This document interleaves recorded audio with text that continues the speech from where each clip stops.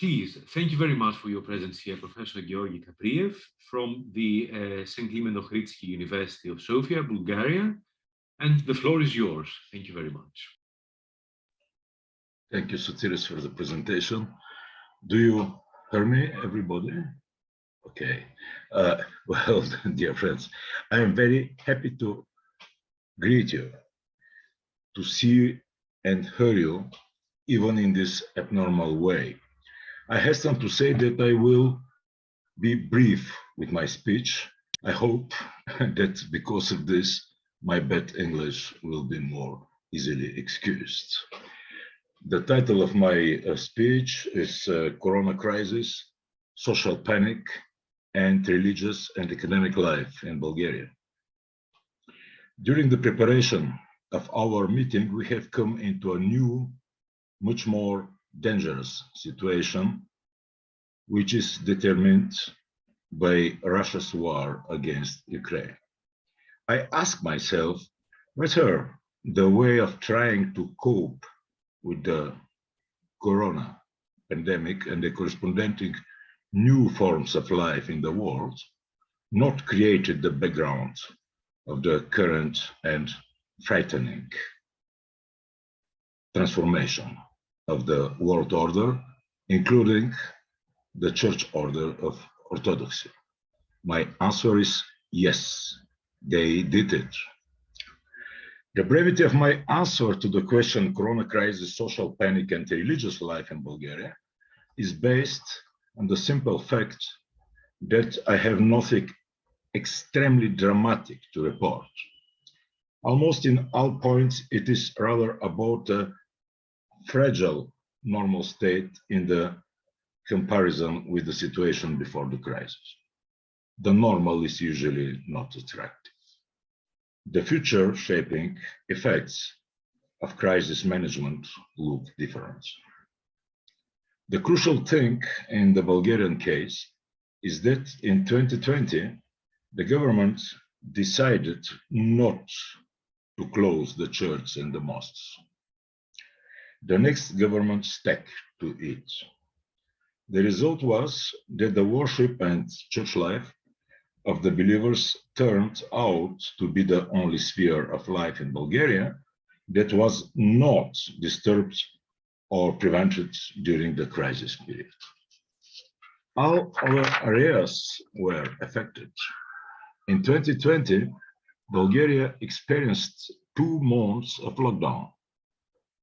In the period that followed, cultural institutions, restaurants and hotels, sporting events and travel, and especially massively educational institutions were irregular, restricted, or directly blocked. For 2 years, for example, university classes were held online, which damaged university education in several ways. Church life, as said, was actually the only exception. It should be noted that the corona measures in Bulgaria were perhaps the mildest in Europe, with the population coping with those rather facultatively, superficially, or not at all.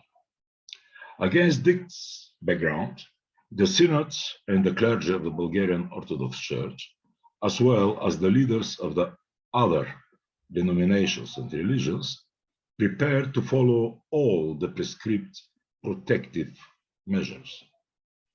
They, and especially the bishops and the priests of the Bulgarian Orthodox Church, showed mainly by personal example that the Church, even if not imperatively, recommends vaccination and accepts the further medical orders. I emphasize this fact because it was the background against which the only dramatically strange thing took place. Shortly before Easter 2020, I made a sharp statement to Bulgarian National Radio. I insisted firstly that for most of the church faithful, the danger of not communicating in the grid fast day is much greater and more deadly than the possibility of getting infected. Second, I allowed myself to predict emphatically that the believing people will prove to be the most disciplined group of citizens in Bulgaria. Why should this be declared public? I have experienced many things in my life, including my life as a Christian. In the end, 30 years of my life passed under communist dictatorship. Nevertheless, what happened and its extent surprised even me. A huge mass of all segments of the population, especially among the intellectuals or pseudo-intellectuals, with anger and hate spread through all kinds of media, judgments and condemnations, accusations and escapes, free-floating fantasies, and outright lies. The basic topic was the self-satisfied arbitrariness of the believers, their caprices, and their almost murderous irresponsibility in their stupid impulse to gather in the church and to communicate. The way of communication produced an immense hysteria. Christians were declared to be determined murderer of the people. These attacks were also updated more or less intensely before and during the further Christian fast days. Of course, nothing happened that could cause a medical danger. The bishops and the priests skillfully and disciplinedly arranged the order of services and the distribution of the sacraments. In the last balance, the number of infected people did not increase at all. Where is the drama in this situation? If you ask the non-Muslim citizens of Bulgaria, that is the superior amount of the population, if they are Christians, more than 80% will declare that they are Eastern Orthodox Christians.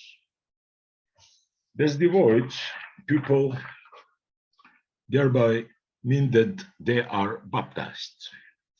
For a huge number of Orthodox Bulgarians, their relations with church life and once and for all with this sacrament, if entering the church during the first minutes of the Easter celebration, is excluded. Their relations with faith do not end because they have never had such relations. What do they believe in? What is their orthodoxy? Nationalist propaganda, not without the assistance of the vulgarized understanding of the church even among the clergy, has led to a majority of Bulgarians identifying Bulgarian with Orthodox. This circumstance is garnished with an anxiety-producing periphery. I am referring to the extreme theological ignorance. The theological primitiveness of the mass of Bulgarians is shocking, regardless of the efforts of a large group among Bulgarian theologians, philosophers, historians, and philologists. No, a majority, the Bulgarians are not atheists. They are not even agnostics. They are superstitious. It is about an instinctively scandalous mixture of insultingly void information about church doctrine, pagan and heretic faiths and practices, handed down stupidities and ravings. All of it explodes in its sacral fury in the course of the corona hysteria. It is precisely the dramatic in our problematic when it comes to Bulgaria. Even this outbursts did not cause worries and new movements, even within the authoritative circles of the clergy. This is the tragic overtone in this drama. The same Mass has proved to be the real bearer of the subjectant. It was the obedient follower of the general line. These people frenetically demanded to censor mercilessly the different opinions in a way that has as much as nothing to do with the Christian love of fellow human beings. All those who think differently are branded as criminals, idiots, and monsters. The word freedom lost its meaning. Truth was reduced to correctness, and right was only what fear and egoism suggested. Personal human dignity meant next to nothing. The personal decision of will became insignificant. The human being was reduced to a biological entity that should value survival as the highest and only preciousness. In short, the main Christian values were devalued. It is not a coincidence that just one Bulgarian metropolitan, Danil of Vidin, with his imprinted monastic ethos in a specialized for religion broadcast of the national television on December 11, 2021, in the face of the corona situation, sharply raised the question of mutual help and empathy, of the high value of the dignity of the person and personal freedom.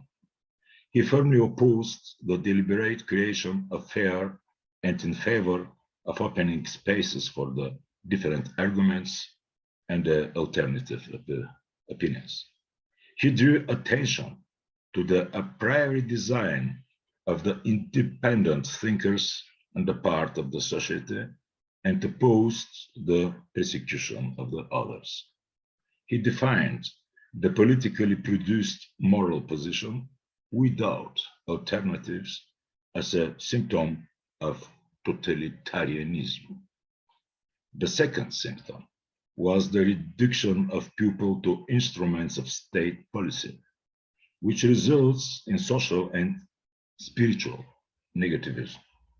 The bishop opposed the propagandistic devaluation of scientific questions and arguments, as well as the mutual hatred towards each other, and declared himself in favor of the rational debate within the church circles and in the secular society.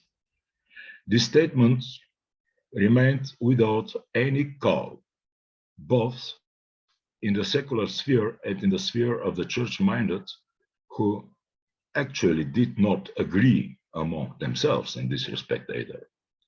The growing lack of critical thinking, of empathy, human love, and human dignity found no deeper reflection. In a typically Bulgarian way, this essentially important debate was also stilled by silence. As I said at the beginning, even the corona history and its negative effects have not noticeably moved the structure of Bulgarian public and inner church attitudes. The results of this supposedly boring normality can only be deciphered today. The conclusions are bitter. The conclusions about academic life are even more bitter. The corona situation puts at risk not only isolated moments of the functioning of the university system, but also its very principles. Wilhelm von Humboldt already explained that university education is not aimed at learning this or that, but that in learning the memory should be exercised, the mind sharpened, the judgment corrected, the moral feeling refined. He accentuates two indispensable conditions of possibility for the existence of the university. First, the importance of international academic exchange. The dampening of international exchange argues with the liberality that should prevail in all academic matters. I quote Humboldt. A second point is the full lifting of censorship for scientific works. In the 60s of the 20th century, Karl Jaspers explained his university idea, which strives for a renaissance of the Humboldtian university. He understood scientific autonomy as the realization of an internationally branched communication network that would protect the free against the total state. Jürgen Habermas, for his part, accentuates the reference of university learning processes to the, I quote, reproductive functions of the life world, Lebenswelt. The point is placed on the educational, cultural, communicative, and public function.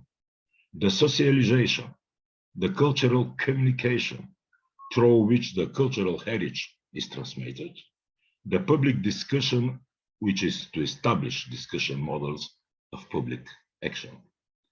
Habermas determines the I identity as the goal of socialization, which can be achieved within the framework of an educational process. The short answer to the question, what went wrong during the Corona crisis, is everything. Online teaching tore apart the personal relationship between teachers and students. Education has been reduced to the anonymous transmission of units of information. The Humboldtian education of minds and character perished. Almost fully deleted were the three immanent components explained by Habermas. Clear evidence of this are the more and more aggressive movements that imperatively demand a ruthless ignoring and abolition of forms and values established in the course of cultural history, but without arguing for a coherent alternative system. The Corona crisis and the restrictive measures taken in this context have brought academic exchange to a virtual standstill, as we see. Its lack does not prevent the quantity, but the quality and intensity of innovative scientific research work. The Corona situation also violated the other Humboldtian condition of possibility.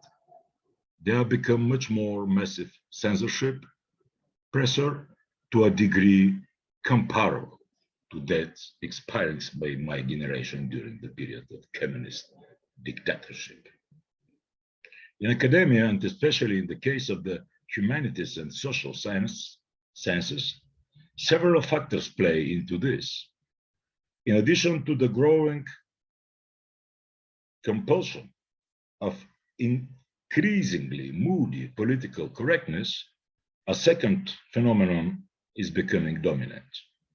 In the course of the medical crisis, the humanities and social sciences were branded in a symptomatic way as incompetent with respect to real life. The pandemic situation called into question both the existence of the university system and its very nature. If I have to summarize briefly the effect of this phenomenon, I have to state that they have underpinned the sentiments which are at the bottom of perplexity face to face with the aggressive destruction of the European-shaped living world, which the Russian war attack instigates. We are in a civilization catastrophe. I thank you for your attention. Thank you very much, Professor Georgi Kapriev. If I may start with some comments, although the grim ending makes it a bit difficult. Parts of what you said correspond also to the question of the ecclesial community. There is no ecclesial community without community. There is no individual prayer.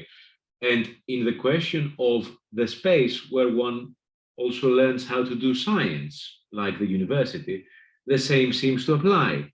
As you said, the idea that instead of the community, somehow the community is not the issue, the actual physical community of people, etc. Only information can be relayed. There can be certain parallels from that to the ecclesial community. And for example, the Greek prime ministers, if I may say so, injunction that, you know, you can pray privately, you can pray individually. We do not keep anything from you. What is important in what you do as religious people, as faithful, as pious people, you can do it by individually praying. The whole other thing is paraphernalia.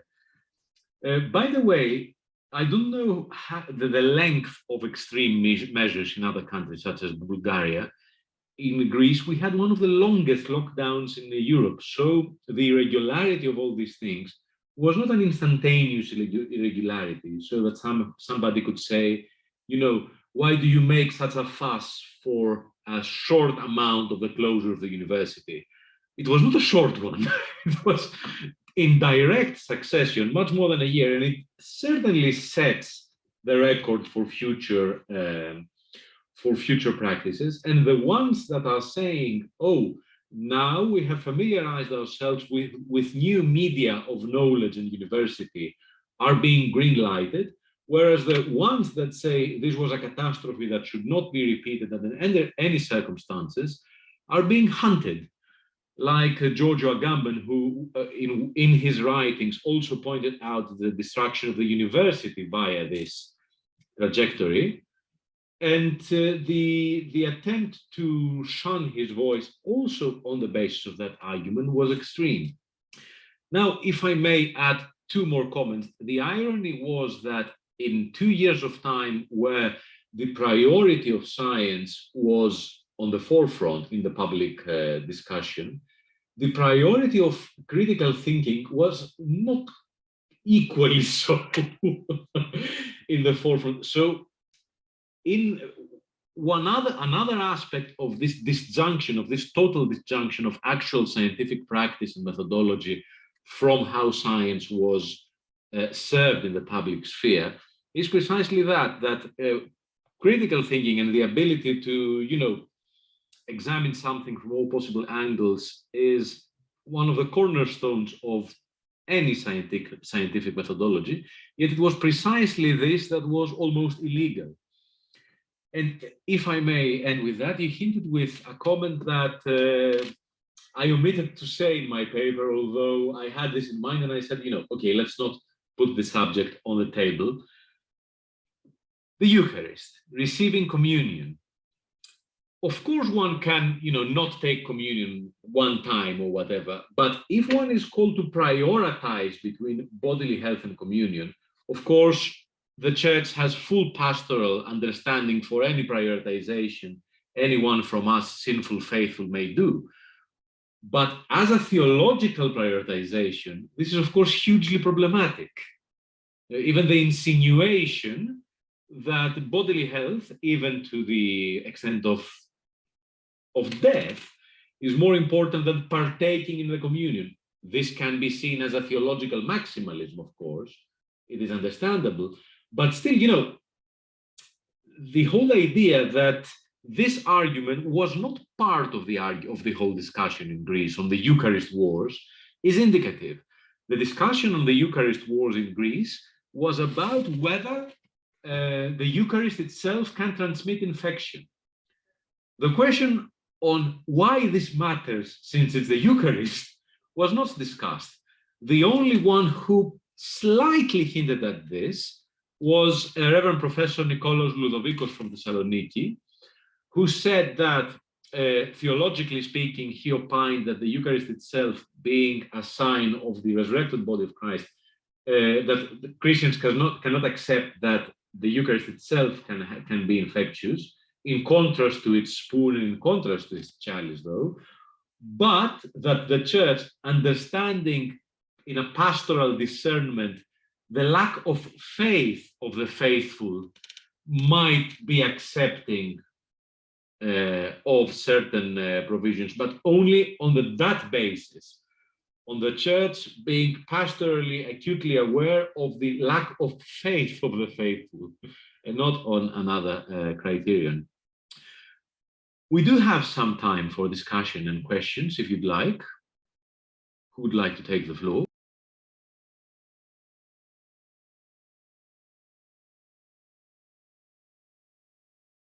Professor Kapriev, the sheer, gravitational force. Oh, I have to say something to your speech. The big pressure in this time with this, in one discussion, public discussion, I heard, I believe in the science. And I say, no, thank you, I believe in God, not in science. The pressure was to suggest that the human being consists only in body, only not psychosomatically. And this propaganda was very, very successful, I can say. This is the anthropological catastrophe. If I may add just a very short comment, but in such questions, do you believe in science, etc., one can see that we don't have a science-religion debate. We have religious wars between different religions. In the public square, there is a battle between teachings on what the human being is, on what society is, on what everything is. And obviously, this has nothing to do with science itself, or with the question of whether a vaccine works and I should take it. This has nothing to do with it whatsoever. It is a clash of religions, European wars of religions. And that was also part of my argument, if I may say so.